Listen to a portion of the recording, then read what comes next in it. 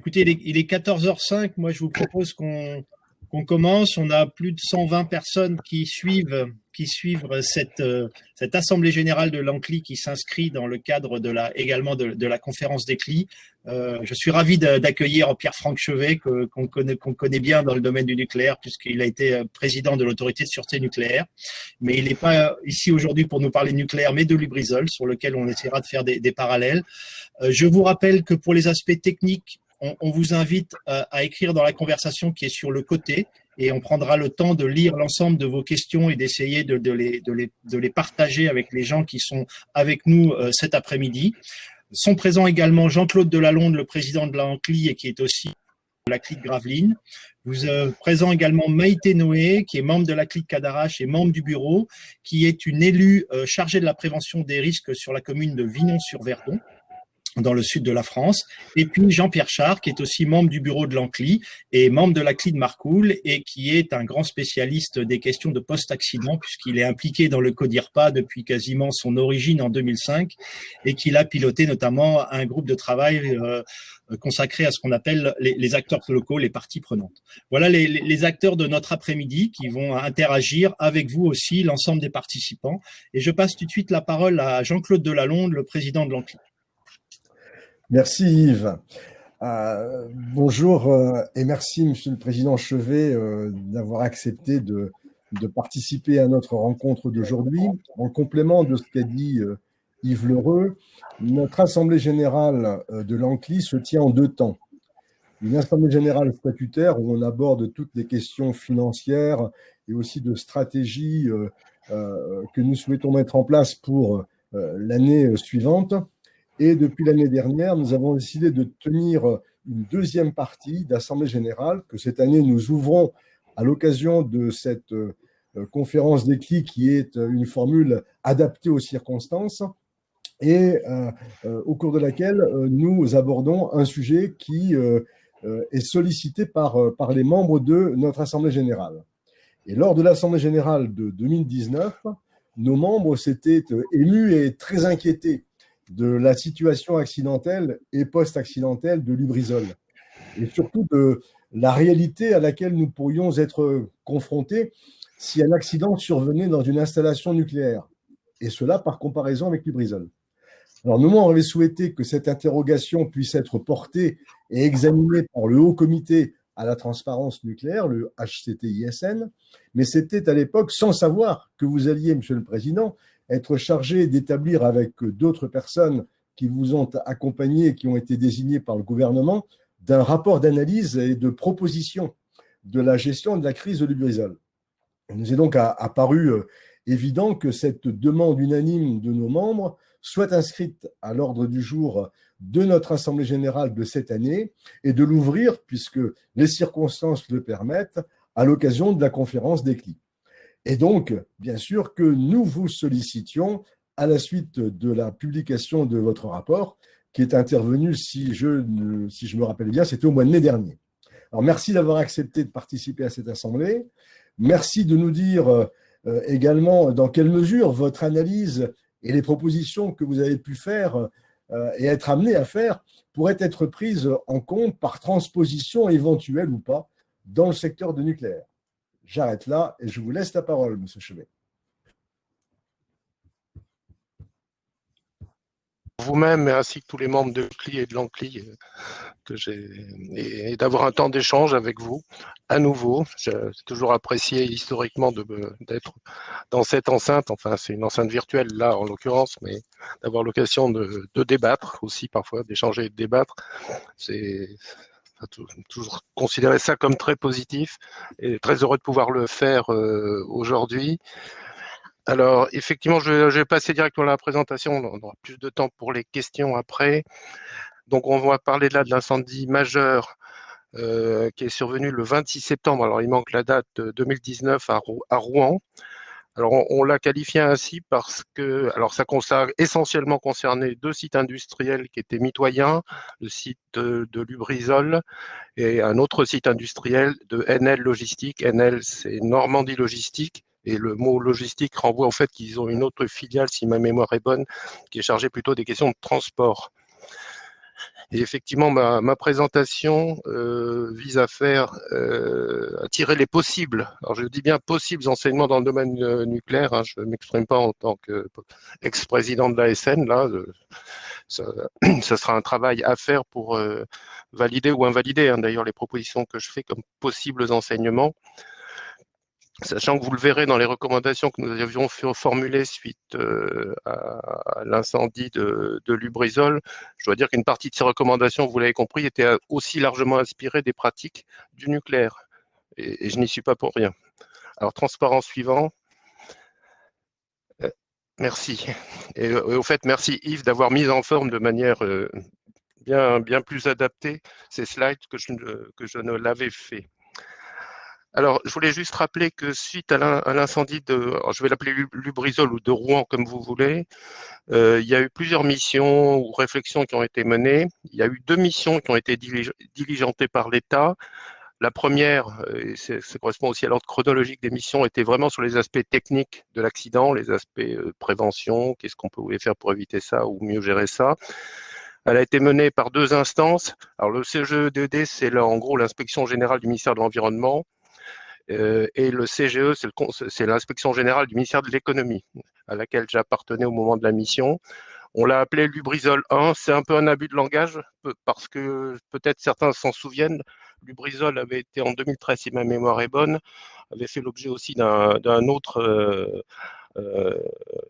alors pas incendie, mais d'un autre événement majeur avec des fuites de mercaptan qui était allé assez loin, qui avait impacté assez loin Donc, nous, on l'a appelé Lubrizol 1, mais c'est bien par référence à l'incendie qui est survenu l'année dernière. Cette mission a été suivie par une autre mission au spectre plus large, organisée par l'État, interministérielle, plus largement interministérielle. Donc, il y avait les 2 mêmes inspections de l'environnement et de l'économie, mais il y avait également des gens chargés de l'inspection du ministère de la Santé et des gens du ministère de l'Intérieur. Et on l'a baptisé Lubrizol 2, et je le reprendrai cette terminologie dans ma présentation. Je voulais aussi rappeler qu'il y avait eu aussi, après l'événement, une mission d'information de l'Assemblée nationale et que le Sénat, lui, s'était mis en mode commission d'enquête. Tous les rapports de l'ensemble de ces réflexions, que ce soit côté État ou côté Assemblée nationale et Sénat, sont évidemment publics à ce jour et peuvent être consultés par tout le monde. Il se trouve que moi-même et une autre personne, Paul Michelet de l'inspection générale de l'environnement, ont été en commun des 2 missions menées par l'État, de manière aussi à assurer la continuité du regard porté par l'État sur cet événement. Alors, transparent suivant. Alors, vous le verrez, la présentation est pas très sophistiquée. Je n'ai fait que reprendre l'ensemble des recommandations formulées par les 2 missions menées par l'État auxquelles j'ai participé. Et je les ai classées en 4 catégories. Les recommandations qui, a priori, alors je dis bien a priori, c'est ce qui explique le fait que je les ai remises quand même dans la présentation, de manière à ce que si vous ne partagez pas ma vision, on puisse en discuter. Donc, les recommandations pour moi qui sont a priori sans application dans le nucléaire. Donc, je les ai mises en noir pour faire simple. Les recommandations qui sont a priori déjà mises en œuvre dans le nucléaire, elles sont en vert. Ensuite, en orange, les recommandations qui peuvent peut-être intéresser le nucléaire, à vérifier, en orange. Et en rouge, celles qui me semblent mériter clairement un examen qui concerne le nucléaire. Alors, il est clair que cette classification, c'est celle que j'en ai faite, avec on va dire, mon double regard entre l'aspect Lubrizol et mon expérience sur le nucléaire, mais ça n'engage que moi. Et ça peut nourrir la discussion autour de telle ou telle des recommandations que je vais balayer ultérieurement. Alors, transparent suivant. Alors, ça, c'est pour un petit rappel de l'événement quand même, avant de passer sur les recommandations. Alors, sur la partie gauche, il y a une vue aérienne de Rouen. Sur la droite, alors c'est peut-être un peu petit à l'écran, sur la droite, il y a un petit carré en blanc, ça situe la cathédrale et le centre de ville de Rouen. Rouen traversé par la Seine que l'on voit, et le site concerné est entouré en jaune. C'est une zone relativement industrielle, implantée en bord de Seine. Au nord du site, qui est donc là dans le carré, je suis toujours sur la partie gauche du slide. Au nord du site, vous voyez une darse prise sur la Seine, qui est en gros de mémoire une centaine de mètres du centre du site Lubrizol. Alors, sur la partie droite, c'est une photo aérienne à nouveau. On voit la mitoyenneté entre plusieurs entreprises. Dans le carré, dans la forme encadrée en bleu, c'est le site de Lubrizol. Mais vous voyez qu'il est très proche d'autres installations, alors on va dire industrielles. Il y a Normandie Logistique qui est carrément mitoyen, c'est la zone en vert. Un tout petit peu plus loin, il y a Triadis sur la droite. Et puis il y en a encore un autre. Donc on est quand même dans une zone globalement industrielle, même si on trouve des habitations à 100, 200 mètres de l'ensemble de cette zone. Donc ça, c'est le contexte général. Transparent suivant. Merci. Alors là, c'est le zoom sur l'intersection, on va dire, entre le site de Lubrizol qui est sur la droite. On voit les entrepôts qui sont sur la droite dans le slide qui sont sur la gauche dans le slide de gauche. Alors c'est un peu compliqué sans pointeur, je m'en doutais un peu. Donc on voit l'entrepôt à gauche de Lubrizol. Et puis juste à touche-touche, à on va dire une vingtaine de mètres. Donc il y a une zone de stockage à l'air libre qui appartient à Lubrizol, que l'on voit vu de haut. Et juste après, c'est les bâtiments mitoyens. C'est le site de Normandie Logistique, NL. Alors au passage, parce que ça sert un peu de...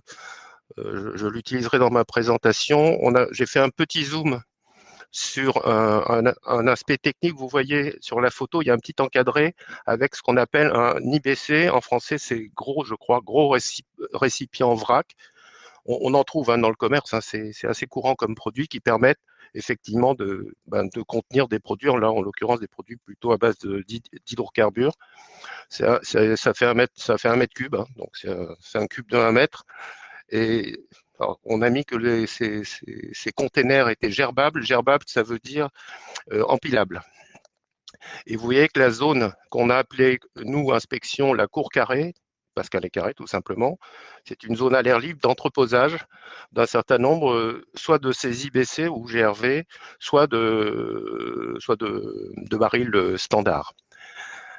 Alors, c'est une zone d'importance parce que globalement, le feu a pris quelque part. Alors, je dis bien quelque part parce qu'actuellement, et j'ai l'impression que les enquêtes judiciaires en cours n'ont pas encore conclu définitivement, l'origine du sinistre n'est pas clairement connue. On ne sait pas si c'est quelque chose qui est parti plutôt côté Normandie Logistique. En tout cas, nous, on n'avait pas la réponse, on n'a pas la réponse, et qui s'est propagé de l'autre côté ou l'inverse.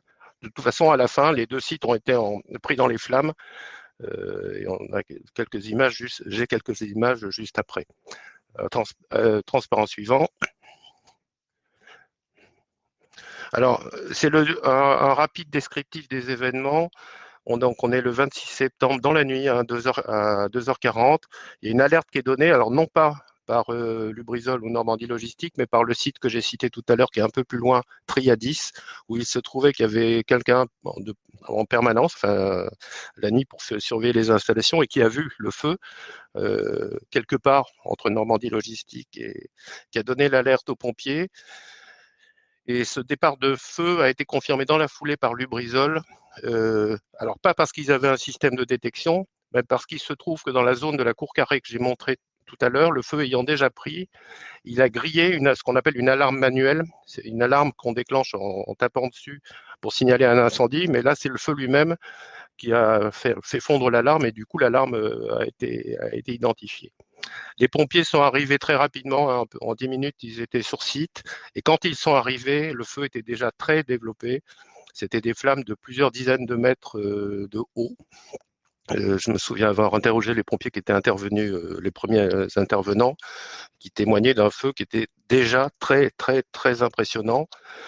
Et l'épicentre a été rapidement confirmé comme étant, l'épicentre de l'incendie, a été rapidement confirmé comme étant effectivement situé dans la zone cour carrée sans qu'on puisse aller plus loin dans l'origine précise. Ensuite, le feu qui a pris visiblement autour de cette cour dite carrée, a attaqué les entrepôts voisins de côté Lubrizol, mais a également attaqué très rapidement les entrepôts côté Normandie Logistique. Donc voilà, l'ensemble de la zone, on va dire, a été très rapidement concerné. Les pompiers sont intervenus. Alors, pas nécessairement pour circonscrire l'incendie, mais pour le maîtriser au maximum qu'ils pouvaient, parce qu'il était déjà parti. Et notamment, ils ont beaucoup œuvré la stratégie, et qui était une bonne stratégie, a été d'œuvrer surtout, parce que là, on va parler, j'ai une image après qui l'illustre. Là, on parle d'entrepôt qui est dans le feu, mais l'enjeu principal était d'éviter que la zone dite process, là où on fabrique les produits qui étaient vraiment à côté des entrepôts de Lubrizol, donc la zone process de Lubrizol, ne soit attaquée par les flammes. Donc le but de guerre était de défendre dans un premier temps cette zone process pour éviter un suraccident, car là, effectivement, ça aurait été beaucoup, beaucoup plus grave. Donc ils ont réussi, ils ont eu des problèmes pendant l'incendie de réserve d'eau, tout simplement, parce que comme ça a duré plusieurs heures, il n'y avait plus assez d'eau sur le site. Ils ont fait ce qu'ils ont pu, ils ont récupéré des remorqueurs pompes sur la Seine au bout de 4-5 heures de mémoire, qui ont permis de reprendre cette fois la lutte contre l'incendie et essayer de le circonscrire. Et in fine, il a été circonscrit en une dizaine d'heures, vers 15 heures le même jour. Le feu était considéré comme maîtrisé, ce qui est plutôt une réussite compte tenu de l'ampleur de l'incendie. Sur cette gestion de l'incendie, il y a une grande efficacité de tous les acteurs dans la gestion de l'incendie. C'est vrai de la préfecture, c'est vrai évidemment des pompiers. Ça a été vrai aussi des équipes de Lubrizol qui ont évacué des stocks de produits plus dangereux qui étaient au voisinage de l'incendie. Ils ont fait ça sous protection des pompiers pendant l'incendie lui-même. Là aussi, voilà, c'était pas si évident, mais ils l'ont fait et ils l'ont fait efficacement. Et j'y associe aussi sur l'efficacité la DREAL elle-même, qui très rapidement été sur site pour aider à ce que les actions soient menées correctement. Donc une efficacité plutôt reconnue, et puis une intervention d'urgence, notamment pour définir les mesures à prendre dans l'environnement. Je parle bien d'intervention d'urgence. La partie très court terme, qui a été globalement très bien menée à notre sens. En particulier, dès le premier jour, des plans de prélèvement dans l'environnement ont été définis et ont commencé à être opérés. Ensuite, les analyses arrivent plus tard, mais en tout cas, les prélèvements faits dans le panache, dans la zone panache, enfin bref, dans les différents éléments ont été plutôt bien faits. Donc ça, je dirais, c'est la première partie de l'incendie. Alors, transparent suivant. C'est les constats techniques qu'on peut faire. Donc, un feu qui prend naissance dans la zone de la cour carrée, sans qu'on puisse être plus précis sur est-ce que tu étais d'un côté ou de l'autre on va dire, de la frontière. Clairement, il a été facilité par le fait qu'il n'y avait pas de détection incendie sur la zone. J'ai parlé d'une alarme, mais c'était une alarme qui a grillé, mais c'était une alarme manuelle. Il n'y avait pas de caméra, il y avait rien. Donc l'absence de détection clairement a été préjudiciable. L'incendie a eu un développement du coup très rapide sur une grande surface, c'est près de 3 hectares qui sont partis dans les flammes. Ça peut s'expliquer par l'utilisation des IBC, les gros récipients vrac, qui concrètement, quand ils sont soumis à un rayonnement thermique d'un incendie, clairement, ils peuvent exploser. D'abord, ils se percent, puis ensuite, ils explosent. Alors, c'est pas des grosses explosions, mais ça a donné des centaines de petites explosions. Au passage, vous pouvez retrouver sur les vidéos prises pendant l'incendie, on voit d'abord l'ampleur de l'incendie lui-même, et vous pouvez entendre dans certains reportages vidéo aussi les multiples petites explosions qui ont beaucoup inquiété. C'était pas simplement un incendie, il y avait aussi des explosions, donc c'est évident que ça pouvait susciter pas mal d'émoi. Et par ailleurs, ça a pas mal handicapé les pompiers dans leur intervention, le fait qu'il y ait ces IBC qui sont finalement peu robustes et qui gênent l'intervention des pompiers. Ça a été aussi favorisé par clairement la configuration d'ensemble, c'est-à-dire la proximité immédiate entre les stockages côté Lubrizol et côté Enel Logistique, donc la mitoyenneté. Il y avait les dispositifs de rétention des eaux, que ce soit les eaux d'incendie ou les produits polluants, parce que du coup les produits pétroliers sont répandus. Le dispositif de rétention et de collecte des eaux n'était pas très bon. Et puis, évidemment aussi, j'ai dit pas de détection, mais il n'y avait pas non plus sur la zone concernée de dispositif d'extinction, comme on pourrait éventuellement en imaginer. Alors, je crois qu'après, il y a une image. Voilà. Alors ça, c'est l'image après. Donc, l'entrepôt là qui est sur la gauche de la slide, bah, c'est l'entrepôt de Lubrizol. Bon, vous voyez ce qu'il en reste. Hein. C'est un très grand entrepôt. Hein. Il doit faire, de mémoire, un peu 100-150 mètres de long. Vous voyez sur la gauche de cet entrepôt ce qui reste des quais de déchargement et des camions qui étaient dans la zone. Hein. C'est partie gauche en bas.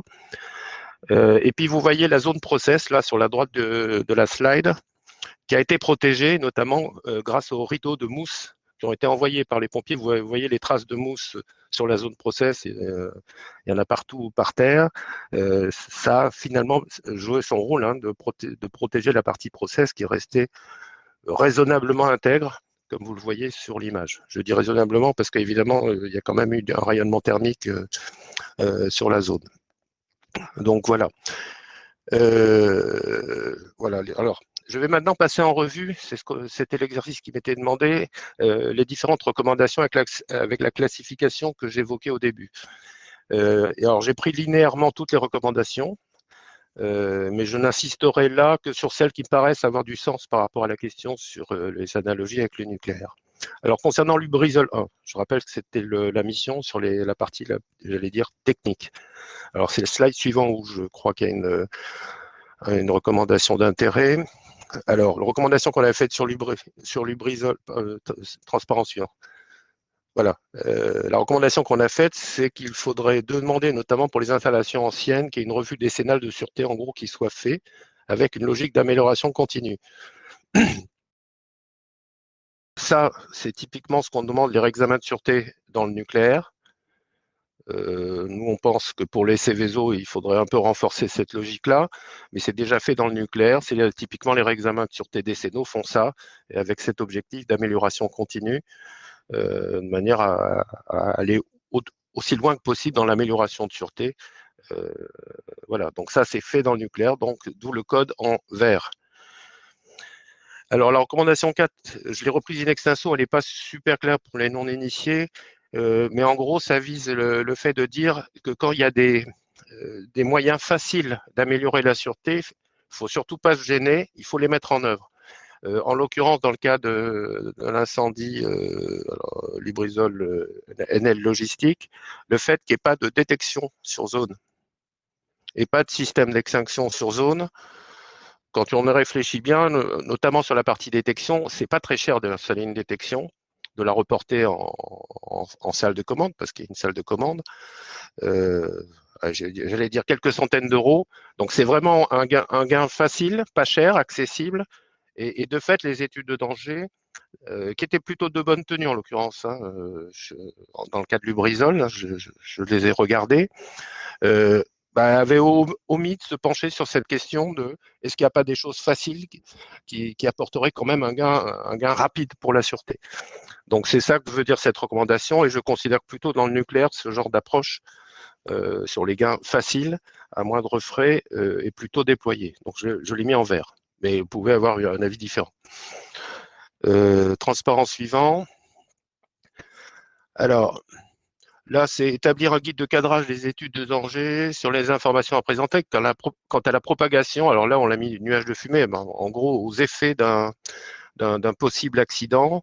Là, c'est tout ce qui est fait dans le nucléaire pour essayer notamment en vue d'élaborer les PPI, mais pour étudier un certain nombre de scénarios accidentels et leurs conséquences. Je considère là aussi que c'est quand même une démarche qui est déployée dans le nucléaire déjà. Donc, je l'ai mis en vert. Transparent suivant. Alors, doctrine post-accidentelle. Donc, on suggère. Alors, il y avait dans le domaine Céveso une doctrine post-accidentelle qui date de 2012. Mais elle date un peu, et à la lumière d'expérience des 10 années, nous, on suggère qu'elle soit remise sur le tapis et rediscutée D'abord en mode interministériel, parce que la première doctrine était uniquement du ministère de l'Environnement. Or, ces sujets de post-accident, de gestion post-accidentelle, ne concernent pas qu'un seul ministère. On va parler d'autres ministères, l'agriculture par exemple, ministère de la Santé, etc. Il faut qu'il y ait tous les ministères et on insiste sur le fait que la démarche doit aussi associer l'ensemble des parties prenantes. Et je l'ai mis en vert parce que je pensais évidemment, en élaborant cette recommandation, je pensais évidemment au CODIRPA et le travail qu'il fait maintenant depuis fort longtemps et qui a, je trouve, porté ses fruits, même si j'imagine que les travaux continuent et à bon escient à mon avis. Voilà, transparent suivant. Là, il n'y a rien qui nous concerne, donc on peut passer. Alors, sur la 11, vous voyez, données à l'inspection. Alors, c'est dans le domaine Céveso, c'est les DREAL qui sont entre guillemets l'autorité de contrôle, enfin qui sont l'autorité de contrôle. Là, on l'a appelé inspection des installations classées, mais c'est pareil.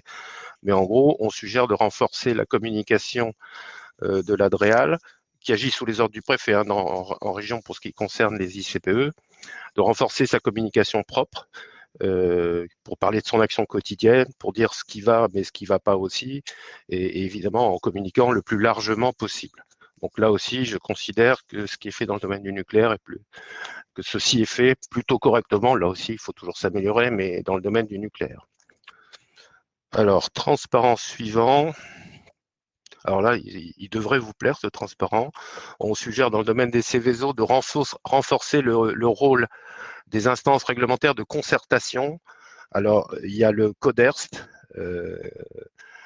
c'est comité départemental, alors RST, mais en tout cas, il y a les risques qui sont dedans, et les commissions de suivi des sites, les CSS, qui ressemblent, entre guillemets, dans leur esprit à ce que sont les CLI.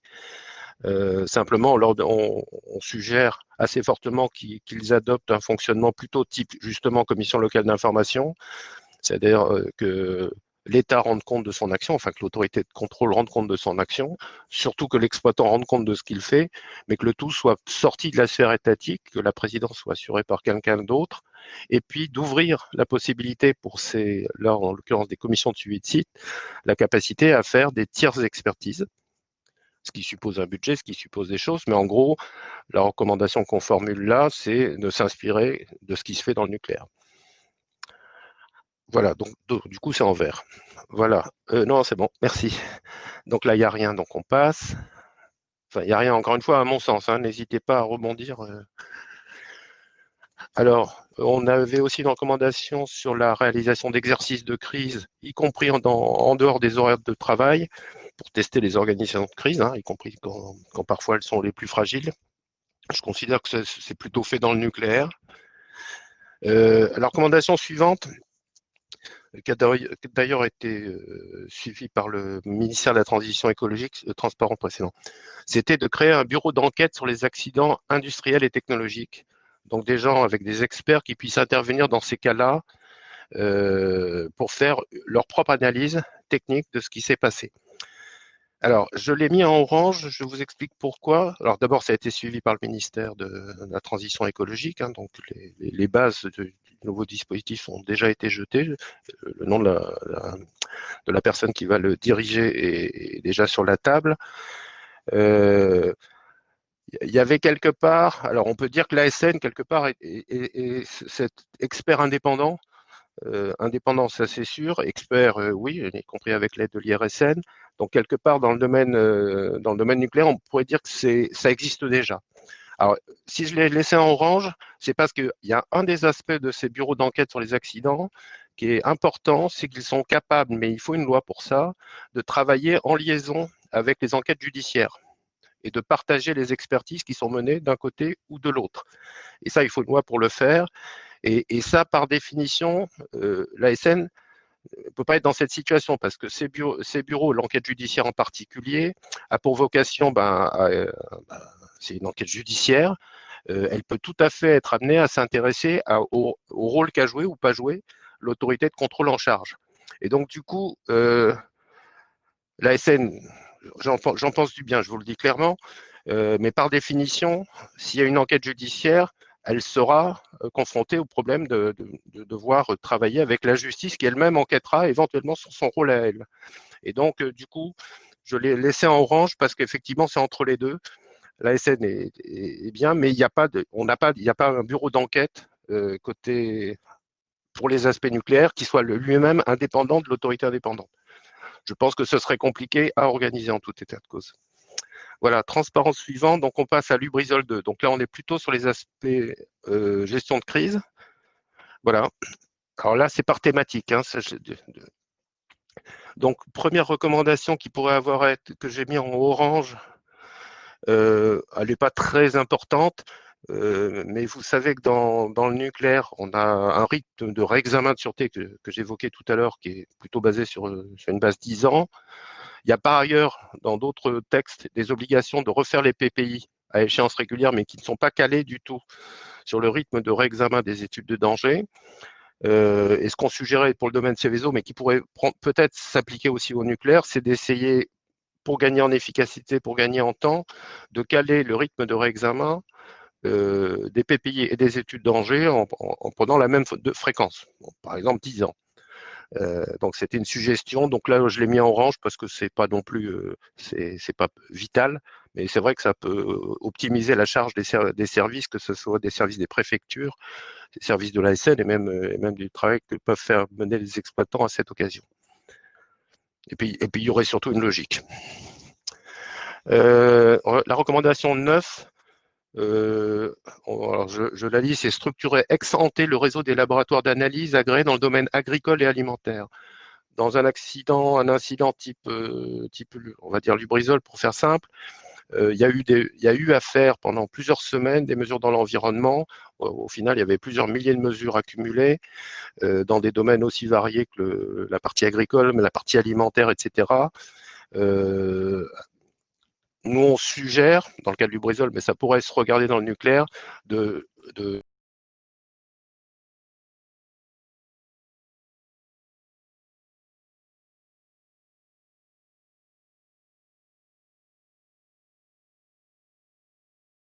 On a perdu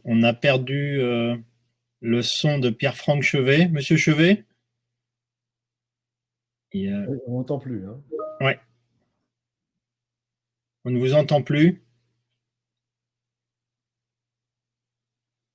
Il y a eu une coupure. On va attendre quelques instants pour peut-être une déconnexion.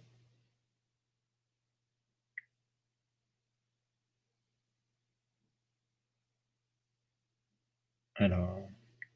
En attendant, j'en profite pour vous dire par rapport aux remarques qu'il y a sur le côté, étant donné que nous sommes très nombreux, il y a presque 150 personnes participent à cette assemblée générale de l'ANCLI dans le cadre de la conférence des CLI. Et du coup, vous pouvez uniquement poser des questions à l'écrit dans la partie qui est sur le côté. Les personnes qui sont à l'écran, c'est-à-dire Pierre-Franck Chevet, Jean-Claude Delalonde, Maïté Noé et puis Jean-Pierre Char, sont là pour répondre tout partie aux questions et pour échanger aussi entre eux. Mais vous avez uniquement la possibilité d'écrire sur le côté dans la conversation et je vais reprendre la quasi-totalité de vos questions pour les partager avec les personnes qui seront à l'écran. On n'a pas de retour de Monsieur Chevet. J'espère qu'il s'est rendu compte que ça avait coupé pour lui. Voilà. Il déconnecte et se reconnecte, on me dit, donc on devrait bientôt l'avoir parmi nous.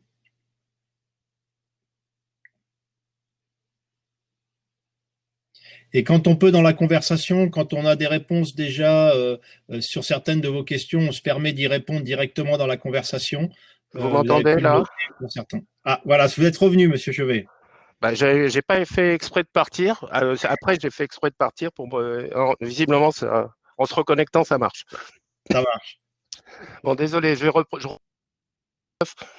dans un accident important, donc par exemple Lubrizol ou dans le nucléaire par exemple, il y a énormément de mesures à faire dans l'environnement, y compris sur la moyenne durée, longue et moyenne. Enfin, Lubrizol, c'est plusieurs milliers d'analyses qui ont été nécessaires dans l'environnement pour avoir une bonne appréciation des impacts.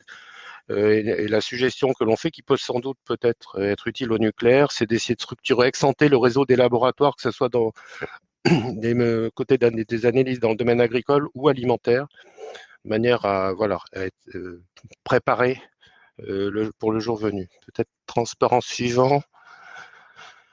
Alors, c'est un peu technique, mais les préfectures, pour prévenir les collectivités territoriales, utilisent un outil qui s'appelle Gala, qui permet d'envoyer une alerte de manière plus ou moins ciblée aux collectivités territoriales concernées. Il faudrait, alors c'est pas un joli mot, mais protocoliser l'usage de Gala et probablement moderniser l'outil qu'ils utilisent, pour être tout à fait clair. Donc c'est l'outil des préfectures et c'est un outil qui servirait aussi en cas d'accident nucléaire, puisqu'il a aussi le fait d'avertir les collectivités territoriales de ce qui se passe et des mesures de précaution à prendre est tout à fait essentiel dans les deux domaines. Donc je pense que ça méritait au moins du orange. Donc à regarder. Une recommandation qui alors là s'applique pleinement au nucléaire. C'est sur l'alerte aux populations. Donc il y a le système de sirène, en l'occurrence qui n'ont pas été actionnés, mais pour de bonnes raisons dans le cas du Lubrizol par le préfet. Enfin, en tout cas des raisons que j'entends parfaitement. Simplement, cet outil d'alerte mériterait très clairement d'être complété. Il y a un travail en cours au niveau interministériel sur le sujet par un système en anglais de ce qu'on appelle de cell broadcast. C'est une fois la zone d'impact potentiel identifiée, moyennant un dispositif, on envoie un message à tous les portables, téléphones portables situés dans la zone. Donc ça permet de couvrir, voilà, les gens. Il faut avoir un portable, bien entendu. Alors c'est pas un système qui viendrait en substitution du système sirène. On pense qu'il faut les deux. Donc à la fois l'outil sirène, avec la bonne formation d'ailleurs pour les gens, pour comprendre ce que ça veut dire, mais il faut aussi le doubler d'un système de téléphonie mobile automatique, on va dire, et le faire assez rapidement. Donc il y a un sujet, et donc ça concernera, et ça sera bénéfique à la fois au domaine Céveso, mais aussi au domaine nucléaire, et peut-être d'ailleurs à d'autres domaines. Alors, dans la série communiqué en situation de crise, les ARS, pardon, maintenant je crois que tout le monde connaît, mais les agences régionales de santé ont évidemment un rôle à jouer en cas d'accident ou d'événements hors normes. Il se trouve que l'ARS de Normandie avait pas mal de problèmes, n'a pas réussi à informer directement les professionnels de santé de leur territoire. Donc notre suggestion, c'est ils ont des outils au ministère de la Santé pour faire ça. Il faudrait qu'ils les utilisent de manière plus systématique, de manière à ce que les messages sanitaires puissent être relayés, alors non seulement par les voies de communication grand public direct, mais aussi par le réseau des professionnels. Mais ça suppose évidemment de pouvoir leur envoyer des messages de manière structurée entre les ARS et les professionnels de santé, médecins, pharmaciens, etc. Donc là aussi, je pense que ça mérite d'être aussi appliqué au domaine du nucléaire. Mais j'ai en mémoire les travaux du CODIRPA qui avaient aussi s'étaient un peu emparés de cette question. Donc voilà, peut-être que le travail a bien avancé, mais en tout cas, c'est un sujet qui me paraît important. Alors, recommandation 17, c'était de suggérer. Alors, le SIG, c'est le système d'information du gouvernement, service d'information du gouvernement. On leur a demandé de gréer de manière explicite ou d'être en capacité de gréer assez rapidement et de manière explicite une cellule nationale d'écoute et de riposte en temps réel sur les réseaux sociaux. Les réseaux sociaux ont un rôle essentiel en cas de crise. On peut le juger comme on veut, mais il est essentiel. Il porte un certain nombre de préoccupations des populations. À l'échelle d'une préfecture, c'est absolument pas possible d'avoir les moyens et les compétences nécessaires pour organiser une telle veille. Il faut vraiment des gens qui soient assez professionnels de ça. Et donc, on suggérait que le SIG puisse se doter d'une cellule nationale d'écoute et de riposte en temps réel sur les réseaux sociaux, y compris pour alerter les services de l'État sur le terrain quand il y a parfois des fake news qui se propagent. C'est ce qui a été plutôt opéré sans que ça soit formalisé dans le cas de Lubrizol. On suggère que ça soit de fait formalisé et ça bénéficiera et ça sera, je pense, aussi utile en cas de crise nucléaire. Alors, petit commentaire personnel, c'est en dehors de la recommandation, je parle de fake news, c'est pas toujours des fake news. Il y a toujours un temps de vérification. C'est pas parce qu'on a détecté un point de préoccupation qu'on peut lever le doute sur le fait que c'est une fake news ou pas. En général, il y a du travail à faire. Dans le cas de Lubrizol, j'ai le souvenir alors ça s'est avéré une fake news, mais il y avait quelqu'un qui avait mis sur les réseaux sociaux une vidéo avec de l'eau marron qui coulait de son robinet. Et en gros, c'était sous-titré. C'est la preuve qu'il y a la pollution par des hydrocarbures, alors qui est plutôt partie dans un panache dans l'air, et retombée dans l'eau. Alors, une fois que c'est identifié, il a fallu quand même tout un travail pour retrouver la personne et pouvoir accéder au lieu pour se convaincre effectivement que c'était une fake news. Alors, de fait, c'en était une. C'était simplement un réseau local qui était mal entretenu, rouillé. Donc, effectivement, il y avait de l'eau marron qui sortait, mais il y a un travail derrière. Donc, une chose est de détecter des préoccupations, y compris des possibles fake news. Une autre chose est d'arriver à les traiter très rapidement, parce qu'en général, la levée de doute est plus compliquée que l'identification de la préoccupation. Transparence suivant.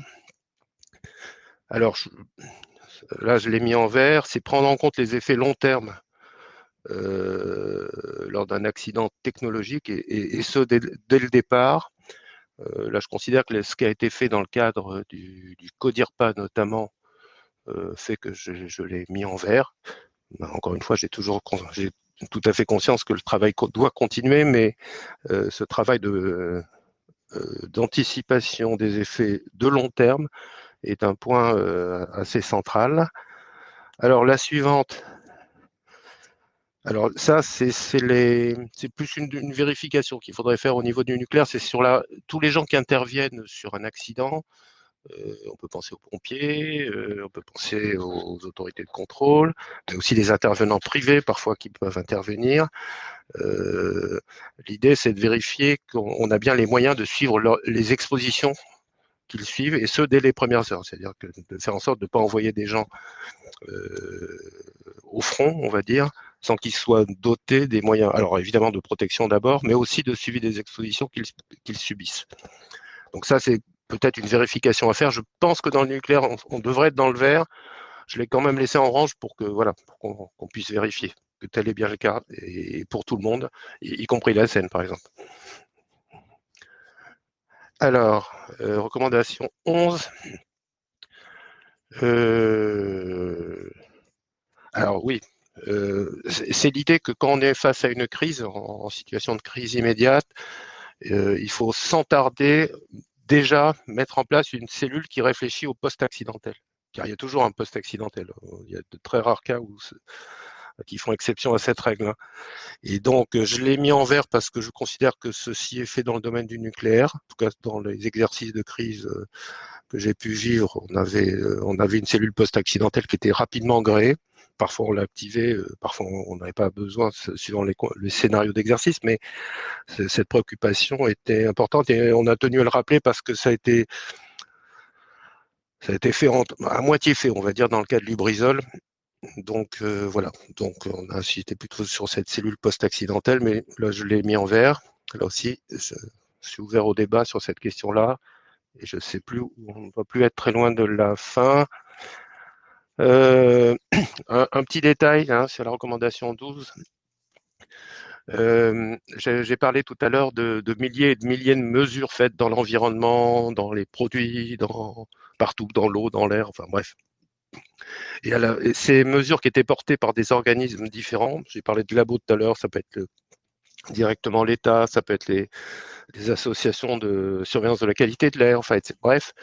À la fin, il y avait des milliers et des milliers de données qui étaient stockées sur des formats non compatibles, pas formatés pareil en tout cas, et quand il s'est agi de faire des cartes globales de synthèse, ça a été très très compliqué pour tout le monde. Et donc ce qu'on suggère là, c'est d'avoir un cadre technique, en gros, de partage des données qui soit interactif entre les différentes bases de données, de manière à faciliter ce travail de synthèse éventuellement périodique, et surtout faciliter la communication sur ces sujets.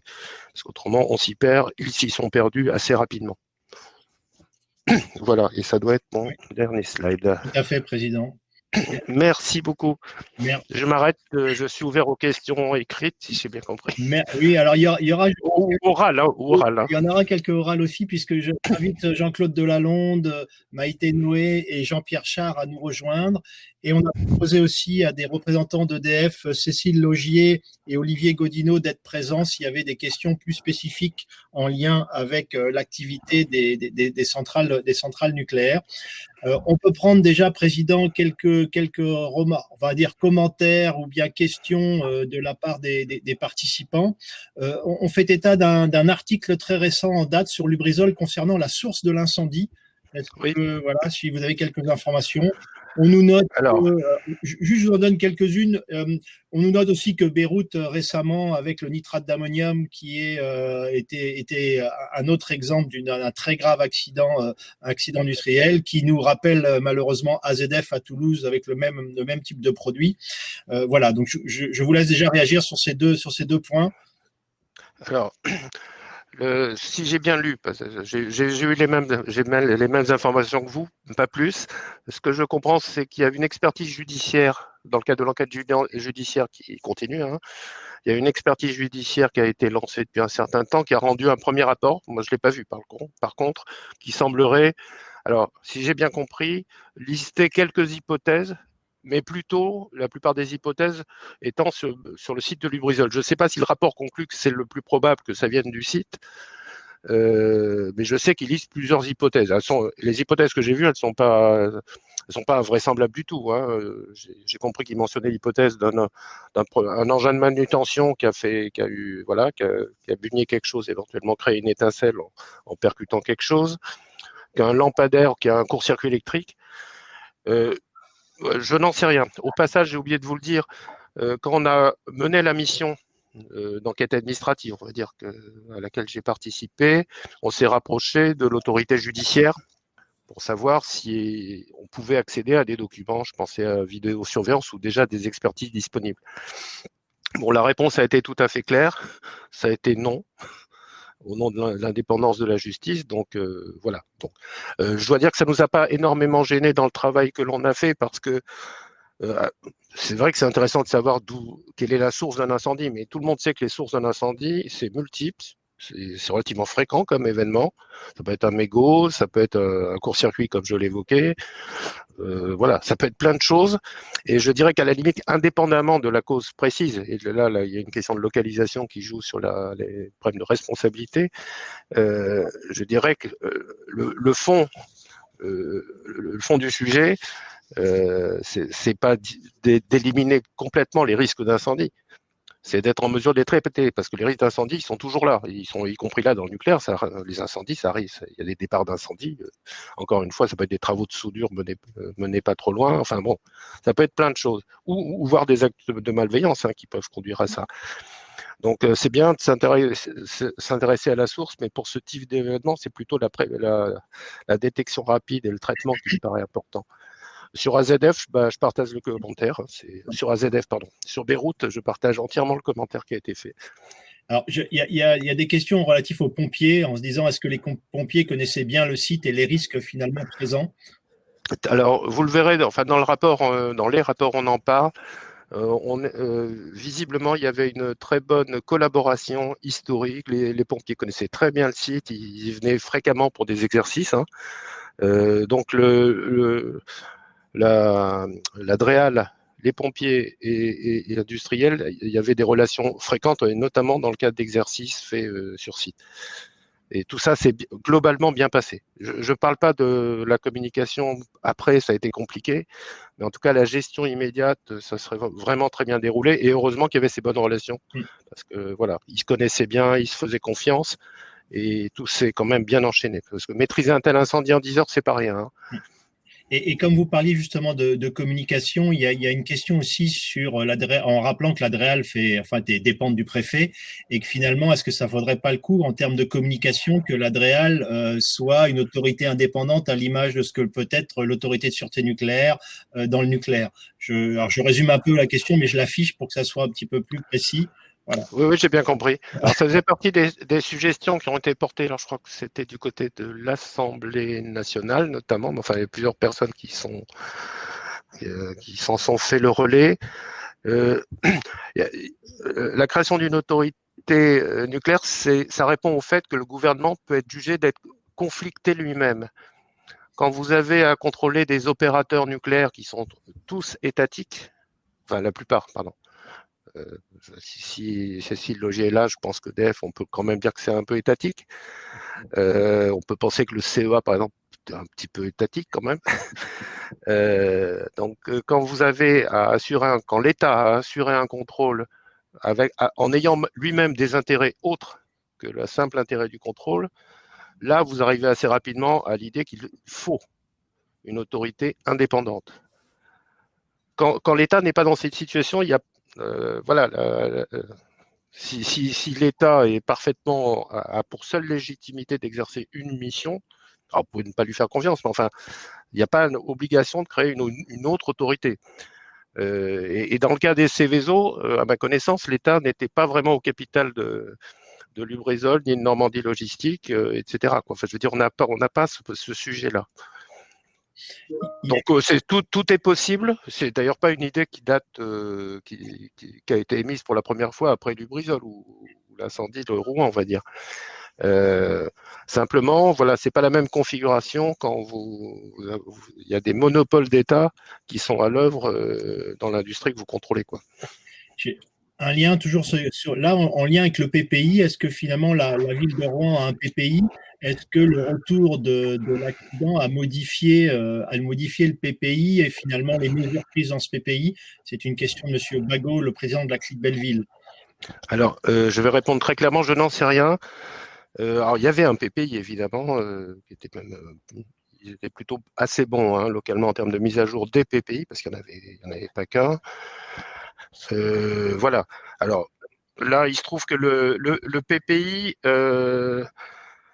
était plutôt bien fait, si ce n'est que l'incident, l'incendie majeur qui est arrivé, était hors entre guillemets, non prise en compte. Non prise en compte parce que dans les scénarios d'accidents étudiés, ils n'avaient pas imaginé ce qui est de fait arrivé. Donc, par exemple, j'ai dit à un moment que les réserves d'eau étaient apparues trop courtes.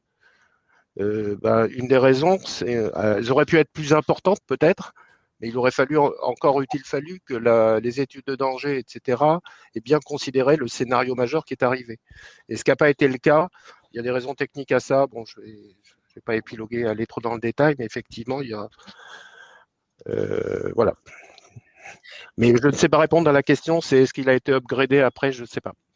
Je vous propose qu'on prenne quelques questions également de la part de nos amis qui sont à l'écran. Maïté, je vois que tu voulais prendre la parole, je t'en prie. Maïté Noé, donc de la CLI de Cadarache. Puis Jean-Pierre Char, ensuite de la CLI de Marcoulga. Bonjour, Monsieur Chevet. Je voulais revenir sur les PPI, justement, dont vous avez déjà tout à l'heure. C'est pas par rapport à Lubrizol, mais c'est par rapport au site nucléaire.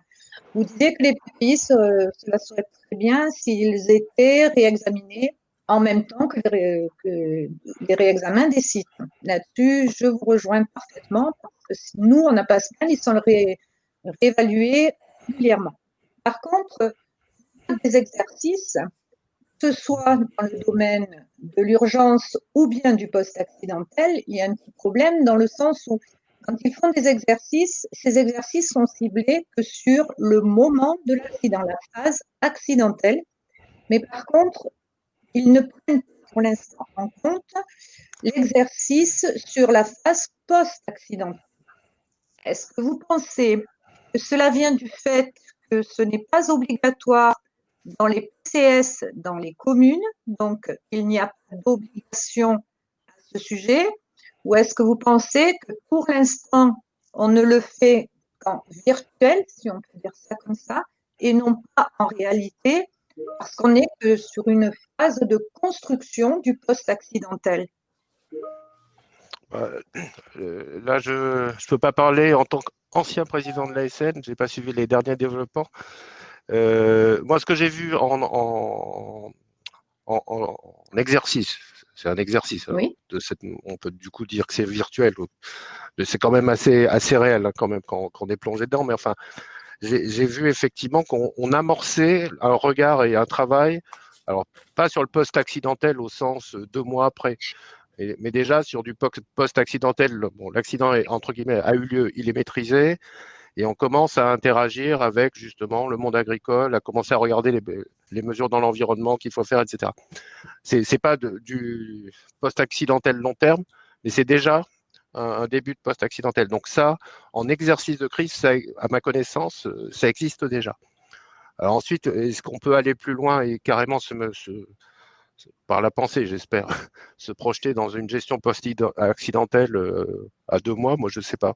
C'est une question qu'il faudrait voir en CODIRPA. Je pense que c'est la bonne composition, c'est la bonne assemblée, et ça sert à ça. Merci. Jean-Pierre Chart, tu avais aussi une question? Oui, bonjour à tous. D'abord, merci pour l'exposé qui définit bien quelques recommandations intéressantes. Première question, est-ce que j'avais lu dans la littérature sur l'accident que les sirènes avaient été effectivement déclenchées vers 8 heures du matin? Donc, est-ce que vous pouvez confirmer qu'elles ont été et par qui Alors, donc l'incendie, il part à 2h40.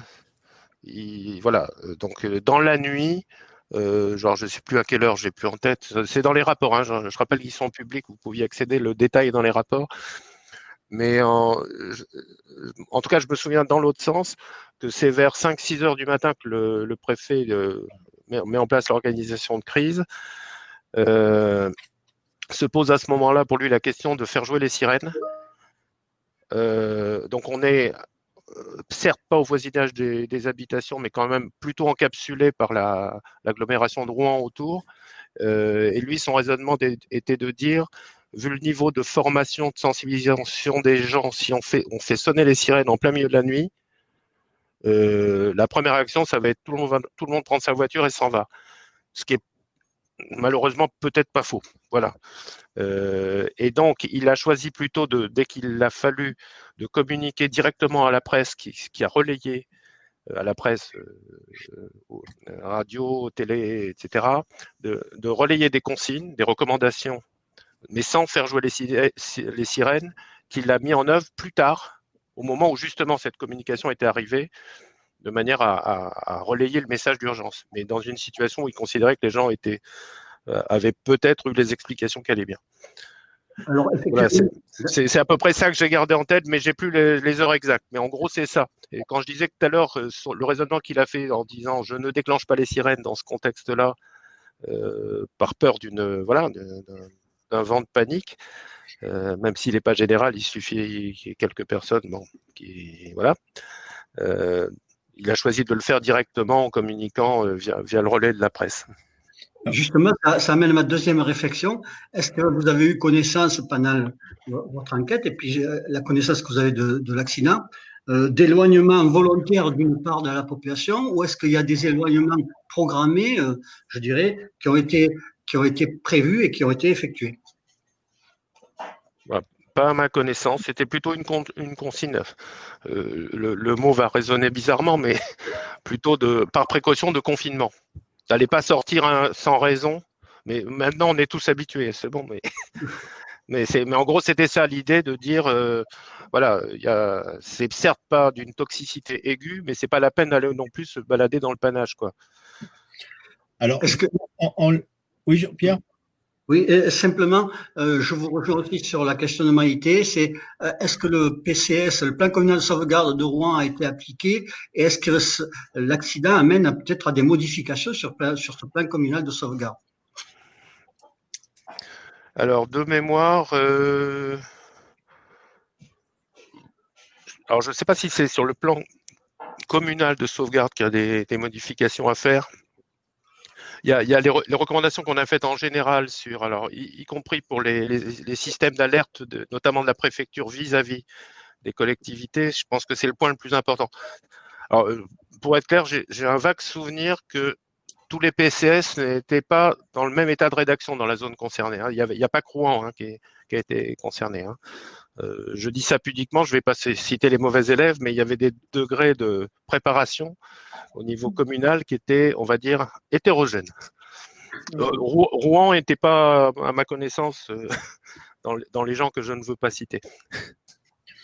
Merci. Alors, en lien, alors il y a eu des remarques dans la conversation en lien sur le déclenchement des sirènes, à quel moment, etc. Donc, il y a plusieurs personnes qui ont réagi en indiquant notamment effectivement qu'il y a eu un décalage, mais vous l'avez expliqué, le préfet a fait un choix finalement de savoir est-ce qu'on devait ou pas réveiller les gens, mais il y a plusieurs personnes qui ont réagi. Sur ce sujet de l'alerte des populations, il y a dans la conversation une question aussi concernant, je l'affiche, concernant l'alerte des populations. Des collectivités, qui est ciblé précisément, le maire, un agent, quelle responsabilité de celui qui reçoit l'information?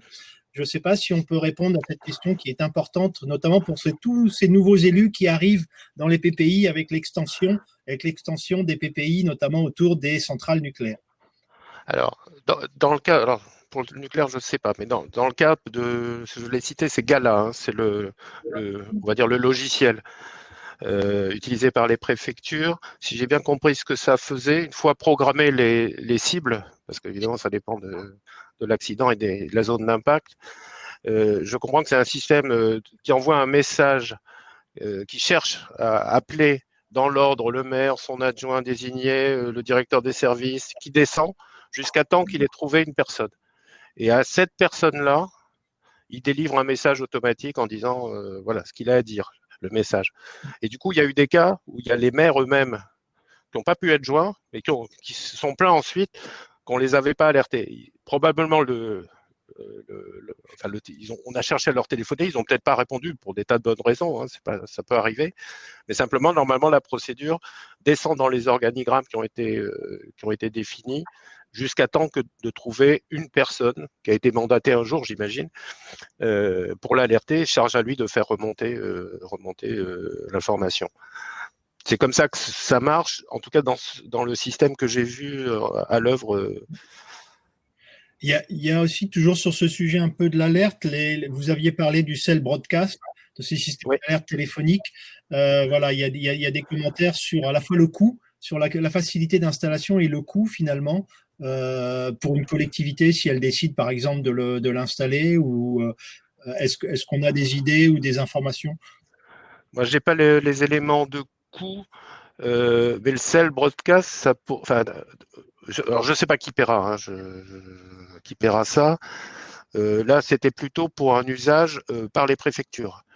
D'accord. Voilà, c'est plutôt ça l'idée. Alors pour le coup, ça a parfaitement du sens dans le domaine du nucléaire. On n'est pas sur des risques locaux, là, on est sur des risques plus larges. Et l'idée, c'est que voilà, un préfet, le jour où il a besoin de passer une alerte, de déclencher un outil relativement puissant, il faut simplement le paramétrer pour définir la zone où on passe le ou les messages. D'ailleurs, il peut y avoir plusieurs zones hein, avec différents messages. Et ça, je sais que le travail est en chantier au niveau interministériel entre le ministère de l'Intérieur. Je pense que les gens de Bercy qui s'occupent de numérique sont aussi dans la boucle. Enfin bref, mais j'ai pas d'idée de coût. Et il y a également des questions sur l'information des riverains, finalement, sur les risques potentiels quand on habite à côté d'une centrale nucléaire ou d'un site Céveso.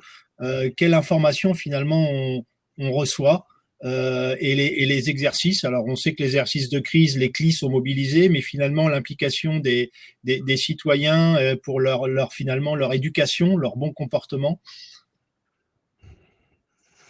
Bah, vous avez vu la recommandation qu'on a faite, hein, c'était de s'inspirer de ce qu'on fait avec les CLI ou fait par les CLI, d'essayer de simplement d'appliquer ça tout simplement. C'est pas si simple que ça, mais d'appliquer en gros la même réponse pour les domaines classiques, j'allais dire. Donc notre recommandation est simple, hein, et y compris, alors c'est la participation à des exercices de crise pour ceux qui le veulent. Hein, enfin, c'est pas obligatoire ça non plus. C'est la contre-expertise. Enfin bref, c'est ce que vous connaissez. J'en profite pour dire qu'on a lancé sur le côté, si tout le monde l'a vu, une petite phrase, un mot pour qualifier l'accident de Lubrizol. On vous invite à y répondre. Hein. N'hésitez pas. En un mot, qu'est-ce que ça, au regard de la présentation qui a été faite par le président Chevet, ce que vous en retenez, ce que ça représente pour vous cet accident, n'hésitez pas. On l'affichera à la fin de cette présentation. Un mot, un seul. Nous l'oublions pas. Un seul mot. Il y a d'autres questions sur l'analyse réelle des risques du site. Est-ce que, notamment, elles étaient suffisantes ou insuffisantes et qui expliqueraient l'ampleur finalement qu'a pu prendre l'accident? Alors, j'en ai dit un mot sur l'étude de danger. Alors, je vais vous dire, mais je leur ai dit, hein, mais j'ai vu plutôt sur site de bons professionnels, c'est le côté exploitant, pour parler clair, des gens qui connaissaient leur métier. Enfin, c'était pas, voilà.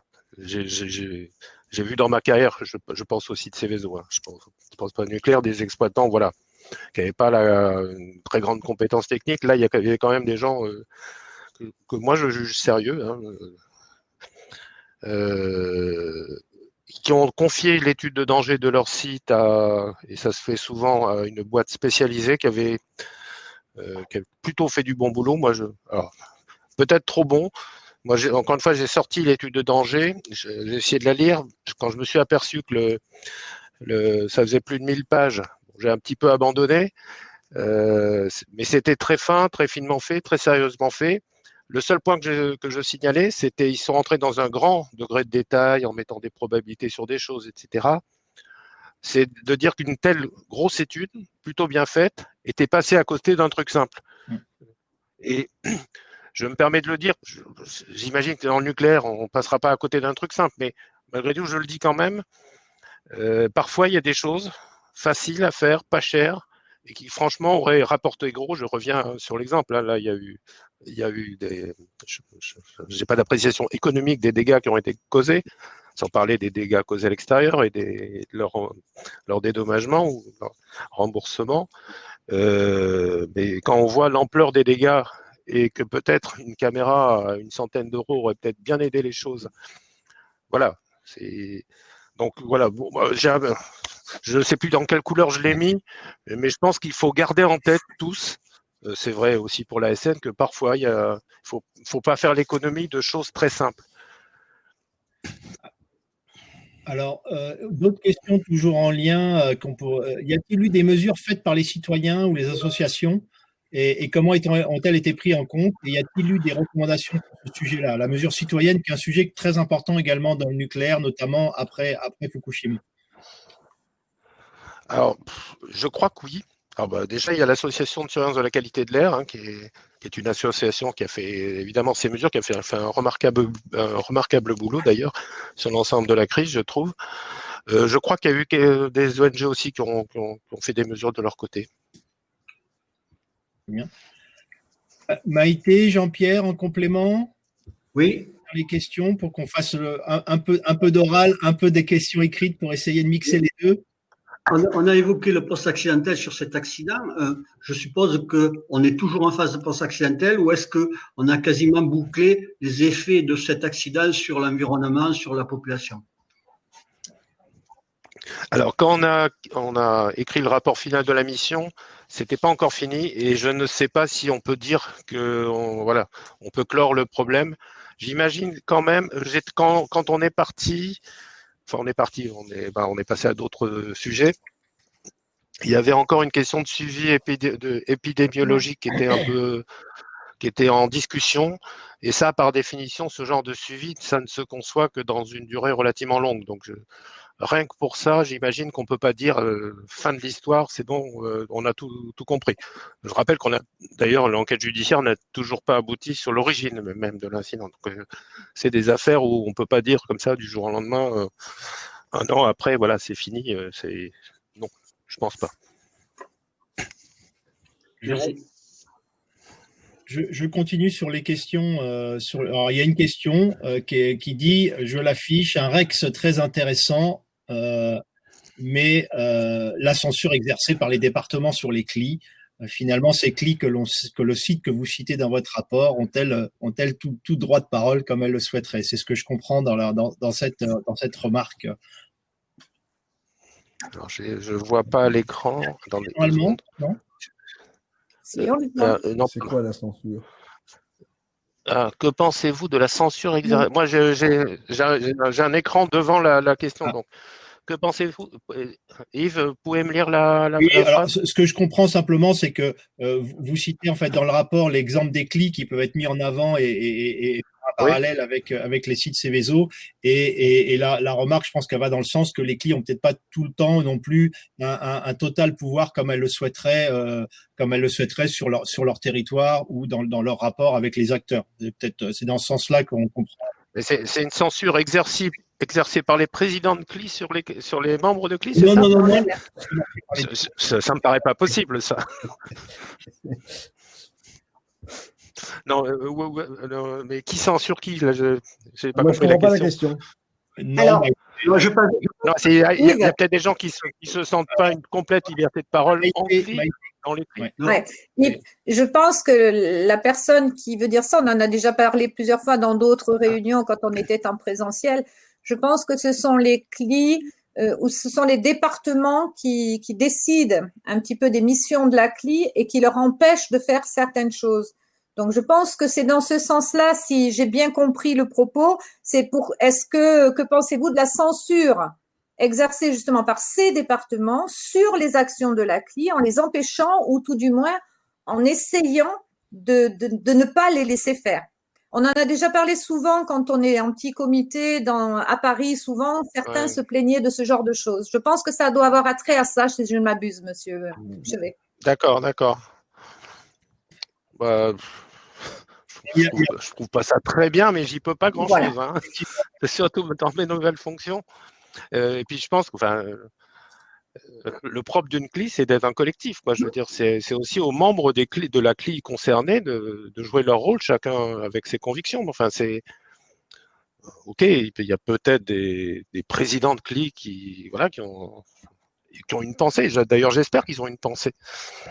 J'en suis convaincu même. Mais voilà, il ne faut pas que ça empêche les autres de penser. Et puis, Alors, de penser et d'agir. Hein, mais ça, c'est à chacun de faire vivre son bout de démocratie. Hein. Alors, je fais une petite parenthèse juste pour vous afficher le résultat de la question un mot pour qualifier l'accident de Lubrizol. Je ne sais pas si ça apparaît pour tout le monde à l'écran. Ouais. Je ne sais pas si Coralie, on peut le faire apparaître ou pas. Normalement, on le voit. On le voit. Il me semble qu'on le voit, oui. Oui. Donc, accident, qui est le mot qui ressort en vert, qui est celui qui le. Et puis, riverain, prévisible, formé, leçon, instructif. Je continue dans les questions, plus en lien avec le post-accident. Est-ce qu'on a depuis, la question, je l'affiche, est-ce qu'il y a depuis des informations régulières concernant le suivi, notamment de l'état de l'environnement et aussi des populations?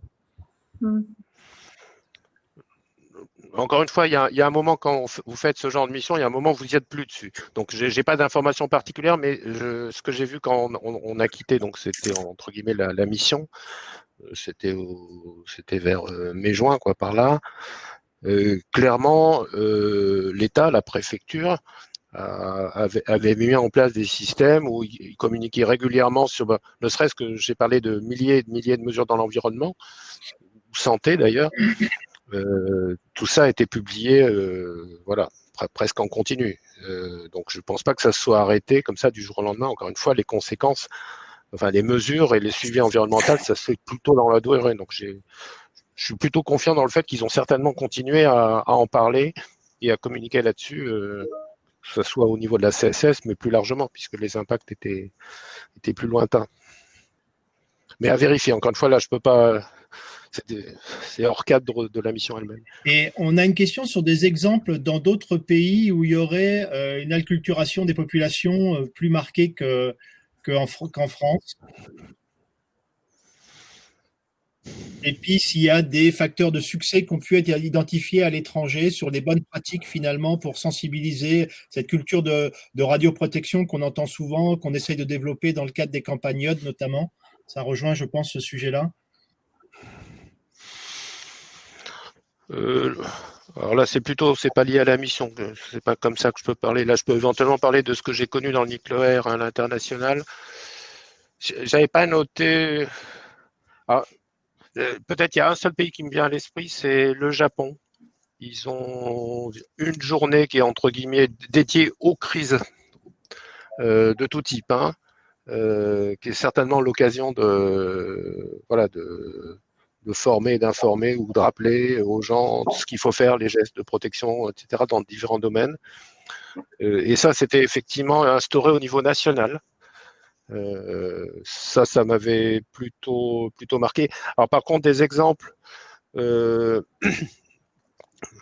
systèmes du genre DECLI, c'est pas si fréquent que ça. Enfin, je me souviens de nos discussions, je m'adresse au président, quand vous avez abordé le niveau européen, vous êtes retrouvé un peu seul de votre type. Hein. Et moi, je m'en félicite personnellement. Je trouve mais ça n'existe pas beaucoup dans d'autres pays. Ça marche pas pareil en tout cas. Voilà. Et y compris cette capacité de tierce expertise. Voilà, c'est pas si fréquent que ça. C'est pas si fréquent que ça. Puis, donc, il faut jamais dire qu'on est les meilleurs au monde. Mais en tout cas, je ne pense pas qu'on ait à rougir. Mais voilà. En tout cas, j'ai pas identifié de pays où je me sois dit on aurait pu faire ça en France, on l'a pas fait. Moi, je l'ai pas croisé. Alors, on me dit que Madame Laugier, il y a eu un souci technique, mais Madame Laugier d'EDF peut nous rejoindre dans la conversation sur ce qu'on dit sur scène, si elle veut bien nous rejoindre, parce que je me dis que sur certains sujets qu'on a abordés, comme l'information des populations, comme le système d'alerte téléphonique et autres, elle peut peut-être, au titre d'EDF, nous rappeler un certain nombre d'actions qui sont menées autour des centrales nucléaires. Et puis, si finalement ce Rex de Lubrizol, il a servi en interne chez EDF, je suppose qu'il a été étudié en interne chez EDF et qu'il a servi pour modifier à la fois des procédures peut-être internes de gestion de crise, mais aussi de gestion des populations sur le court ou long terme. Je ne sais pas si Madame Laugier, vous nous avez rejoint. On me dit que techniquement, ça doit marcher. Ah, voilà, parfait, super. Madame Laugier, vous m'entendez ? Long terme. Je ne sais pas si Madame Laugier, vous nous avez rejoint. On me dit que techniquement, ça doit marcher. Oui, bonjour. Je ne sais pas si vous m'entendez. Voilà, parfait. Ben voilà. Oui, je vous entends. Est-ce que vous avez entendu mes questions ou pas en fait, oui, je vous entends. Et vous ne m'entendez pas. Si, on vous entend. C'est, pardon, oui. On entend. Il y a un décalage. Oui, bonjour. Je ne sais pas si vous m'entendez. Il y a un décalage. Oui, je vous entends. Est-ce que vous avez entendu mes questions ou pas en fait, oui, je vous entends. Et vous ne m'entendez pas. Bon, il y a un problème de décalage, malheureusement.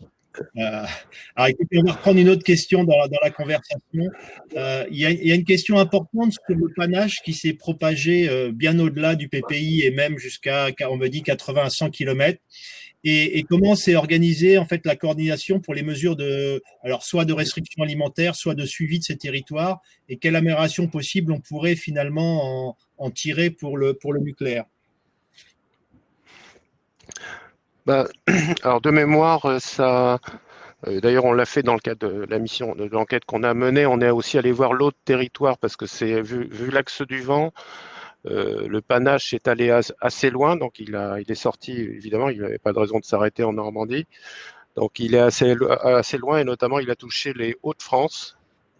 Et donc du coup, ils ont effectivement été amenés à mettre en place une organisation. Alors, il y avait des contacts entre les deux régions, mais chacun a pris ses responsabilités quand il s'agit de définir le marquage au sol, les éventuelles taches de léopard, de pollution, etc. Tout ça, il y a eu un travail assez lourd qui a été mené.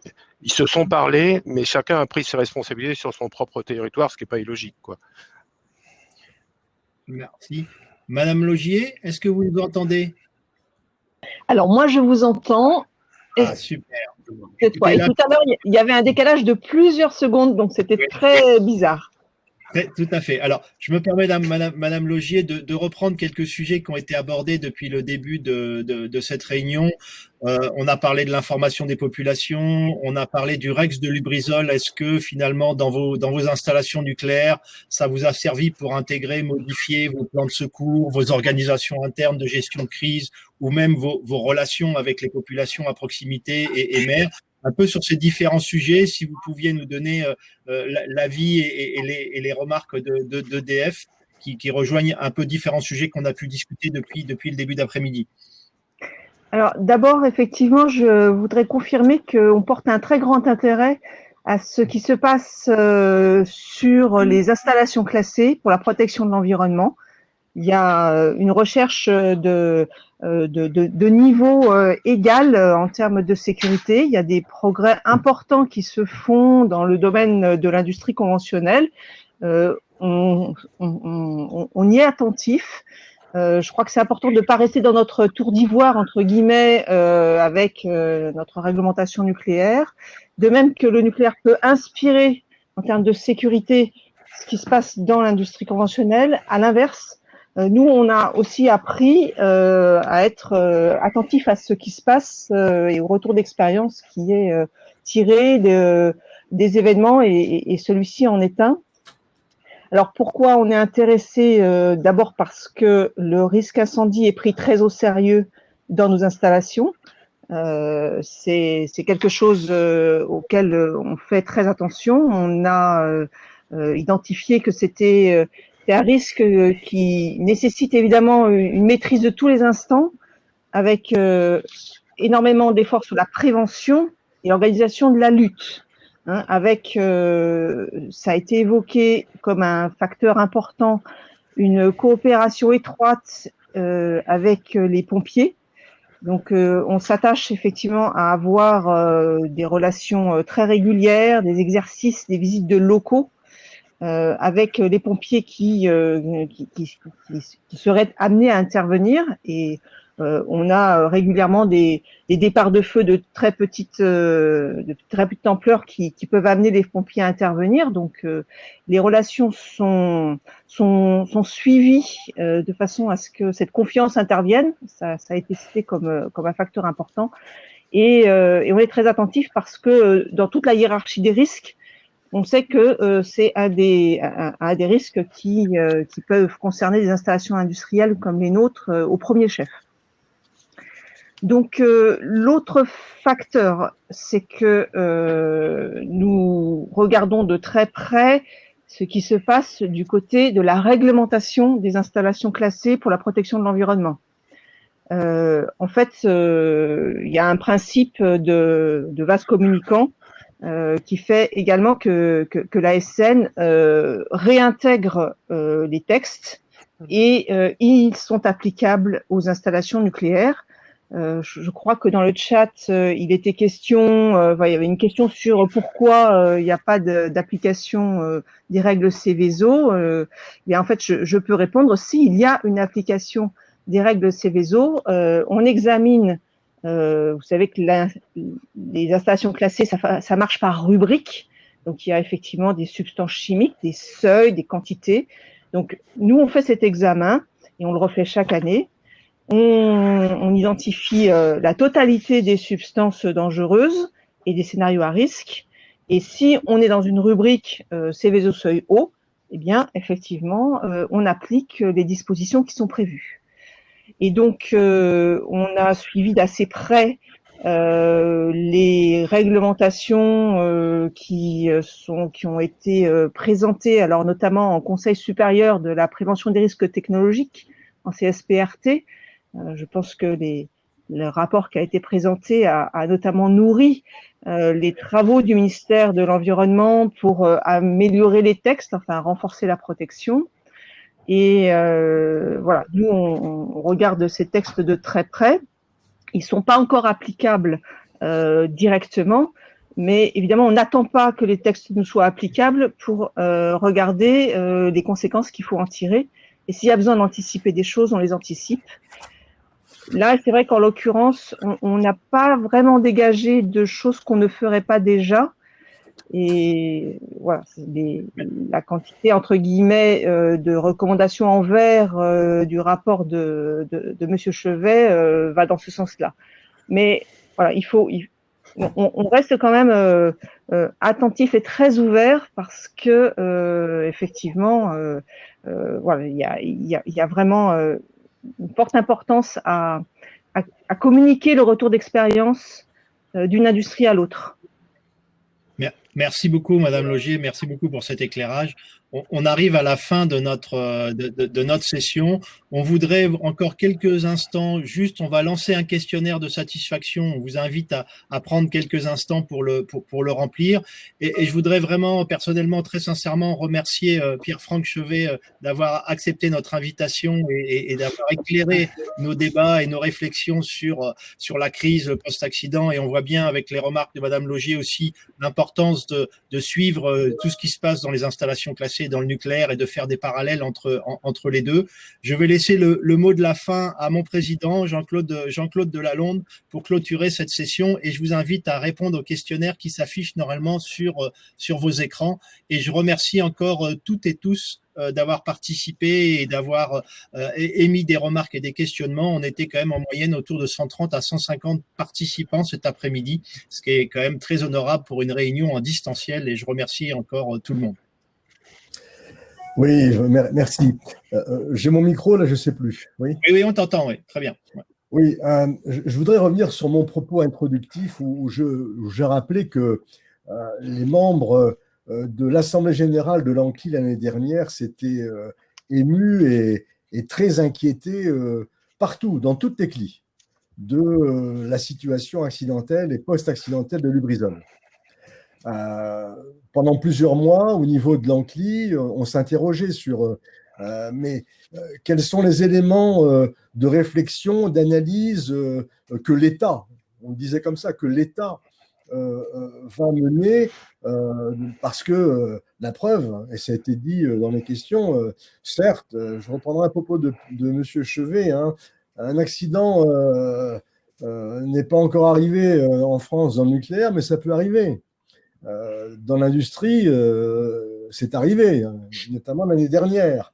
Donc, moi ce que je voudrais dire, c'est au niveau des CLI, maintenant, on a un matériau, qui est ce rapport que vous avez fait avec vos collègues, je vais les appeler comme ça, et il me semble très important qu'en regard de ce que les membres des CLI demandaient l'année dernière, c'est qu'on se l'approprie, et surtout, M. Chevet, c'est que vous vous êtes astreint en tant qu'ancien président de la SN à faire ce travail de classement en 3 ou 4 couleurs de ce que vous avez analysé avec vos collègues.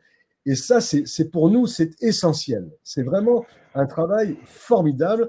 Et je ne sais plus qui le disait tout à l'heure, c'était M. Kevin, je ne sais plus comment, qui disait, mais c'est remarquable ce travail de parallèle entre ce que vous avez constaté par la mission qui vous a été confiée et l'expérience que vous avez en tant qu'ancien président de la SN. Et je crois qu'il nous appartient, en tant que CLI, alors même si toutes les CLI ne sont pas au même niveau, s'il y en a qui sont plus démocratiques que d'autres, je crois qu'on doit monter en compétence et on a un rôle d'aiguillon, de lanceur d'alerte. Et moi, je souhaiterais qu'on puisse vraiment s'approprier ce travail que vous vous êtes astreint à faire et que je voudrais que vous nous permettrez de nous approprier dans les CLI pour qu'on puisse mener à partir de ce travail la réflexion que nous voulions mener l'année dernière, mais sans matériaux. Et je me félicite que Mme Logier précise qu'à EDF, on s'en préoccupe et qu'on a regardé, et on regarde encore, ce qui est peut-être complémentaire ou comparable de ce qui est bien fait ou de ce qu'on a fait dans le nucléaire. Et ce serait bien qu'éventuellement, au sein des CLI, enfin moi je sais que je vais sûrement interpeller mon président pour qu'à la CLI de Gravelines, dans un site industriel dense, avec une dizaine de sites Céveso dans un rayon de moins de 10 km, ce genre de choses puisse être approprié et que même si on a un SPI qui est excellent dans le Nord-Pas-de-Calais, on puisse, à travers de cela, mettre en commun et mutualiser nos réflexions pour l'avenir. Donc, merci Pierre-Franck Chevet, parce que je crois que c'est... Enfin, moi, je l'analyse comme ça, et je le ressens au travers de ce que j'ai lu en marge de la vidéo, c'est que ce travail, nous devons nous l'approprier. Et c'est, je crois, M. Kevin, je ne sais plus comment, hein, son nom, qui disait, est-ce qu'on pourrait en disposer? Donc, moi, je demande, avec votre accord, Monsieur Chevet, que les slides que vous avez présentés avec les couleurs, on puisse se les approprier et les diffuser. C'est important, je crois, pour les clients. Merci. Juste pour vous répondre, aucun problème, hein. Ça doit d'ailleurs peut-être déjà être public sur le site du HCTISN, j'en sais rien, je n'ai pas vérifié. Mais enfin, j'assume ce que j'ai écrit, j'ai pas de problème. Simplement, vous en faites ce que vous voulez, c'est mon point. C'était juste une contribution. Je réinsiste sur le fait que les codes couleurs que j'ai utilisés n'engagent que moi. Oui. Un mode d'appropriation, c'est aussi de vérifier que quand je mets en vert, voilà. On est d'accord ou pas? Vous êtes ou pas d'accord, ou en orange, et sur le rouge, éventuellement de faire des vérifications que telle ou telle chose est effectivement faite, prise en charge, etc. Mais aucun problème. Le seul bémol, c'est qu'encore une fois, c'est ma vision telle que je connais encore le nucléaire. Voilà, et elle n'engage que moi. Donc, si vous en avez une différente, moi j'en admets tout à fait le principe. Alors, je reviens quand même sur ce que Cécile Logier a évoqué. Effectivement, sur le plan technique stricto sensu, il n'y a pas énormément de leçons. Objectivement, les leçons, elles sont peut-être plutôt dans l'autre sens, globalement, que du Céveso vers le nucléaire. Au plan technique, effectivement, le sujet incendie, j'allais dire que c'est un sujet connu depuis longtemps, voire un sujet chaud connu depuis longtemps, sur lequel il y a pas mal de dispositions. Voilà. Mais il y a d'autres, effectivement, retours d'expérience à faire. Enfin, ceux que j'ai proposés, entre autres, mais sentez-vous libre d'en voir d'autres. Et ça permettra, dans les clients qui le voudront, éventuellement, d'avoir des discussions sur le sujet avec l'exploitant local, avec la SN régionale et avec les politiques. Je crois que c'est intéressant. J'espère que nombreux seront les clients à s'emparer de ce sujet grâce à votre travail qui n'engage que vous, mais sur lequel nous pourrions, nous, mener une réflexion intelligente. Et je rebondis sur l'Europe. Comme vous l'avez dit, effectivement, il y a une dizaine d'années, j'avais essayé de développer avec le directeur général de l'énergie à la Commission européenne, M. Ristori, une encli européenne. Il m'a beaucoup poussé à essayer d'initier cela. On a rencontré beaucoup de difficultés, mais on a réussi à mettre en place une structure qui s'appelle NTW. Et je peux vous dire que même si j'ai tendance de temps en temps à faire cocorico, le travail qui est mené en France grâce au CLI et à l'ANCLI est peut-être un peu critiqué ailleurs, mais souvent il est regardé en disant « mais si nous pouvions avoir ça chez nous ».